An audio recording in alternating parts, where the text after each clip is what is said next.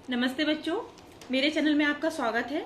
मेरे इस चैनल पे आप लोग बायोलॉजी विषय पढ़ेंगे और बायोलॉजी विषय को हम आसान से आसान तरीके से पढ़ेंगे। जैसे कि हम लोग छोटी क्लास से पढ़ते आ रहे हैं, अभी हर class 9th 10th 11th 12th कुछ टॉपिक ऐसे होते हैं, सिमिलर होते हैं सभी में, और कुछ इन टॉपिक को हमें किस तरह से पढ़ना है वो हम सब जानते हैं, लेकिन उनको याद कैसे रखना है ये प्रोसेस मैं आपको अपने इस चैनल पे समझाऊंगी। जैसे कि फोटोसिंथेसिस एक हम लोग छोटी क्लास से पढ़ते आ रहे हैं, प्रकाश संश्लेषण, ठीक है। तो पढ़ना है हमें, लेकिन पढ़ाई से डरना नहीं है। और वो किस वे में पढ़ना है, जैसे कि वो मैं आपको इसमें समझाती हूँ।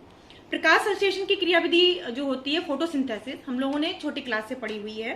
हम सब जानते हैं कि जो ग्रीन प्लांट्स होते हैं वो सनलाइट की प्रेजेंस में, कार्बन डाइऑक्साइड की प्रेजेंट में जो है फूड का फॉर्मेशन करते हैं, जो जिसको हम लोग ग्लूकोज बोलते हैं फूड को, और इस प्रोसेस में ऑक्सीजन निकलती है, ठीक है।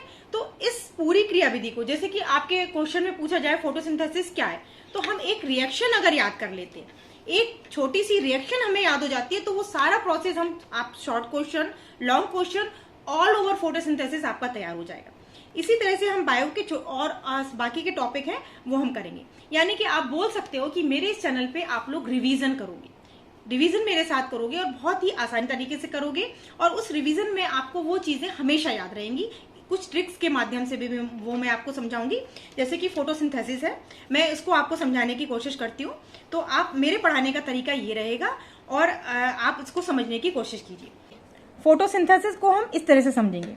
फोटोसिंथेसिस और प्रकाश संश्लेषण की क्रिया में सबसे पहले हम कुछ पॉइंट याद रखेंगे कि जैसे कि उसमें हमें फोटोसिंथेसिस की प्रोसेस में carbon dioxide, water, H2O, sunlight और क्लोरोफिल, और आपको याद रखना है कि कार्बोहाइड्रेट जो फॉर्म होती है, वो उस कार्बोहाइड्रेट के फॉर्म में जो भोजन का फॉर्मेशन होता है, जिसका फॉर्मूला होता है C6H12O6, और उसमें एंड प्रोडक्ट होते हैं आपके O2 और वाटर, ठीक है। तो इन पॉइंट को हम याद रखेंगे। जब हमारे माइंड में ये सारे पॉइंट याद रहेंगे, तो एक छोटी सी रिएक्शन, ये रिएक्शन जो हम लोग बहुत पहले से पढ़ते आ रहे हैं, बस आपको इस छोटी सी रिएक्शन को याद रखना है। और फोटोसिंथेसिस आप शॉर्ट, लॉन्ग, एनीवे आप हर उसमें लिख सकते हैं। 6CO2 प्लस 12H2O, सनलाइट की प्रेजेंस में क्लोरोफिल, और इसमें जो भोजन बनता है वो ग्लूकोज के फॉर्म में C6H12O6, और इसमें ऑक्सीजन हमें मिलती है इस क्रिया में, और वाटर एंड प्रोडक्ट होते हैं, ठीक है।